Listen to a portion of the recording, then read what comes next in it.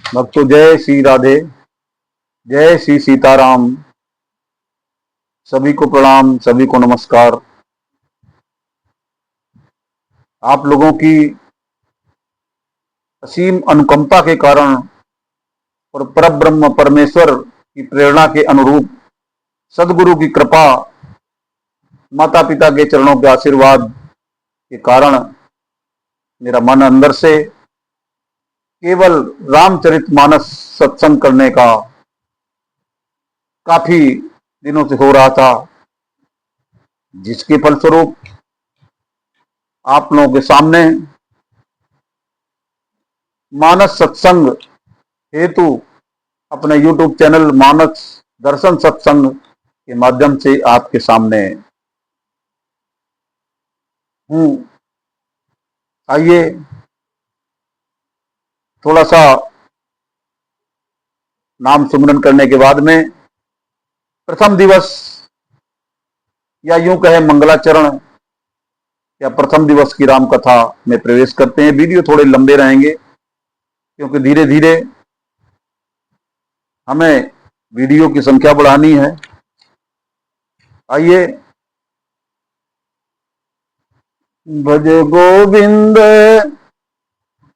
गोविंद गोपाला, भज गोविंद गोविंद गोपाला, भज गोविंद गोविंद गोपाला, भज गोविंद गोविंद गोपाला, भज गोविंद गोविंद गोपाला, भज गोविंद गोविंद गोपाला। मेरा मुरली मनोहर, मेरा मुरली मनोहर नंद लाला, मेरा मुरली मनोहर नंद लाला, भज गोविंद गोविंद गोपाला, भज गोविंद गोविंद गोपाला, भज राघव राघव गोपाला। ओ परम पिता परब्रह्म परमेश्वर की जय। ओम सच्चिदानंद रूपाय विश्वोत्पत्त्यादि हेतवे तापत्रय विनाशाय कृष्णाय वयं नुमः, कृष्णाय वयं नुमः।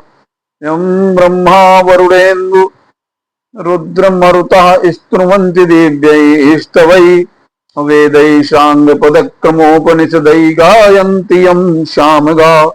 ध्यानावस्थिततद्गतेन मनसा पश्यन्ति यं योगिनो यस्यान्तं न विदुषुरासुरगणा। देवाय तस्मै नमः, देवाय तस्मै नमः। हे रामा पुरुषोत्तमा नरहरे नारायण केशवा, गोविंदाय गरुड़ध्वजा गुणनिधे दामोदर माधवा। हे कृष्ण कमलापते यदुपते सीतापते श्रीपते वैकुंठाधिपते चराचरपते लक्ष्मीपते पाहि मां, लक्ष्मीपते पाहि नाम। ओम हनुमत तेरे भक्त जन, हनुमत तेरे भक्त जन सुलग रहे त्यों ओर। आओ हर लो पीड़ा सब अर्ज लगाइए मोर, अर्ज लगाइए मोर। गुरु चरण सरोज रज निज मन मुकुर सुधार, वर्णौ रघुवर विमल जसै जोदायक फल चार। बुद्धहीन तनु जानिके सुमिरो पवन कुमार, बल बुद्धि विद्या देहु मोहि हरो कलेश विकार। रामायण तुलसी कृते कथा कहूँ अनुसार, सुचि सुंदर आसन हृदय आइए पवन कुमार सियावर रामचंद्र शंकर हरिओम। आइए श्री राम कथा प्रथम दिवस की आज शुरू करते हैं। देखिए, ये श्री रामचरितमानस केवल पुस्तक ही नहीं है।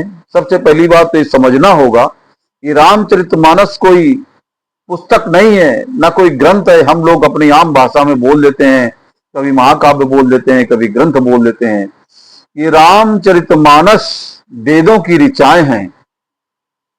ये रामचरितमानस वेदों की ऋचाएं हैं और ये मानव का जो बड़े भाग मानुष तन पावा, बड़े सौभाग्यशाली हम लोग मानव का तन मिला हुआ है।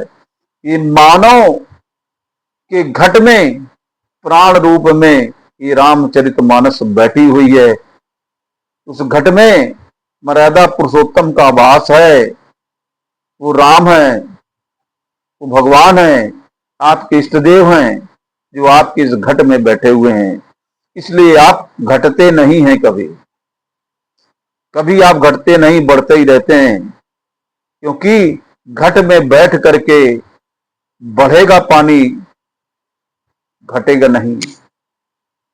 उस आकार को जो घटने वाला है, उस आकार को वो परब्रह्म परमेश्वर संभालता है। तो ये रामचरितमानस बाबा गोस्वामी तुलसीदास जी ने मानव को दे करके हम लोगों के ऊपर बहुत बड़ा उपकार किया है, परोपकार किया है।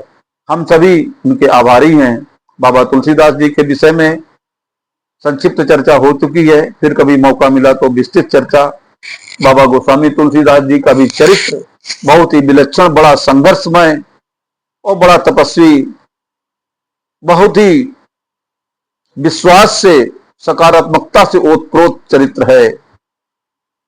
और तभी तो ईश्वर ने चित्रकूट में उनको साकार रूप में दर्शन भी प्रदान किए, दर्शन दिए। आइए, बाबा गोस्वामी तुलसीदास जी ने श्री रामचरितमानस लिखी नहीं है। बाबा गोस्वामी तुलसीदास जी ने, जो मैंने समझा है, बाबा गोस्वामी तुलसीदास जी ने रामचरितमानस, ऐसा पढ़ने में लगता है कि लिखी है उन्होंने, वास्तव में लिखी भी है, लिख करके रखी है। लेकिन ऐसा लगता है जो रामचरितमानस की चौपाइयों में स्वीकारोक्ति है, ये रामचरितमानस हमारे बाबा भोलेनाथ ने अपने मन मानस में छिपा करके रखा। तभी तो वो बाबा गोस्वामी तुलसीदास जी को काशी में स्वप्न के रूप में बोलते रहते थे, आप परेशान मत हो, आप रामायण लिखो। कोई भी रामायण आपकी फाड़ रहा है, क्या कर रहा है, आप अपना कार्य करते रहो। और अंत में तुलसीदास जी की रामचरितमानस ही सत्यम शिवम सुंदरम के रूप में प्रमाणित हुई। उसको स्वीकारोक्ति बाबा भोलेनाथ ने दिया। तो ये रामचरितमानस का मतलब यही है, रामचरित के आदर्शों का अपने मन में सम्यक स्थापना करना, उनके बताए हुए या उनके द्वारा किए गए कार्यों का अनुसरण करना। देखिए, एक और विशेष बात है रामचरितमानस में, जैसा कि हमने आभास किया है, हमको तो ऐसा लग रहा है कि बाबा गोस्वामी तुलसीदास जी ने रामचरितमानस ग्रंथ दे करके इतना बड़ा उपकार किया है मानव मात्र के लिए कि शायद परब्रह्म परमेश्वर ने भी अवतरित होकर के आपको कभी ये नहीं कहा होगा कि आप ऐसा करिए। लेकिन बाबा गोस्वामी तुलसीदास जी ने लिखित रूप में हमको जन्म से लेकर के मृत्यु तक क्या क्या करना है, या रामचरित में क्या क्या दिखाया गया है, उसके अनुसार हमें क्या करना है। जन्म से लेकर के मृत्यु तक कोई भी कार्य अगर आप विचार करके देखेंगे ध्यान से, जन्म से लेकर के मृत्यु तक, और हम थोड़ा आगे अगर बढ़ जाएं, पितर पक्ष का जो पखवाड़ा होता है, तब तक कोई भी मानव ऐसा कार्य नहीं करता जो इस रामचरितमानस में बाबा गोस्वामी तुलसीदास जी ने बताया ना हो। हम धन्य हैं बाबा गोस्वामी तुलसीदास जी के। अगर शायद ये रामचरितमानस का प्रकाशन नहीं हुआ होता तो आज हम सब लोगों को ये पता ही नहीं होता हमें करना क्या है। जिस प्रकार से आदिवासी हुआ करते थे उस तरह की स्थिति का जीव जंतुओं की जैसी स्थिति होती। मानव का जन्म तो मिला होता परंतु मानव को क्या करना है ये हमको पता नहीं होता। कैसे करना है, हमें शादी कैसे करनी है, अन्न संस्कार कैसे करना है, शिक्षा से लेकर के मृत्यु तक के जो भी संस्कार हैं, शादी कामकाज से हमको कुछ पता नहीं था। ये बाबा गोस्वामी तुलसीदास जी ने, लेकिन आगे मर्यादा पुरुषोत्तम ने अवतरित होकर के, मैं ये बोल रहा हूं, बता रहा हूं बड़े संज्ञान के साथ में, मर्यादा पुरुषोत्तम ने ये कभी नहीं कहा कि आप ऐसा करिए। इसका वर्णन अभी अगले वीडियो में। तब तक आप धैर्य रखें, वीडियो को लाइक करते रहें, सब्सक्राइब करते रहें। जय श्री राम, जय श्री सीताराम।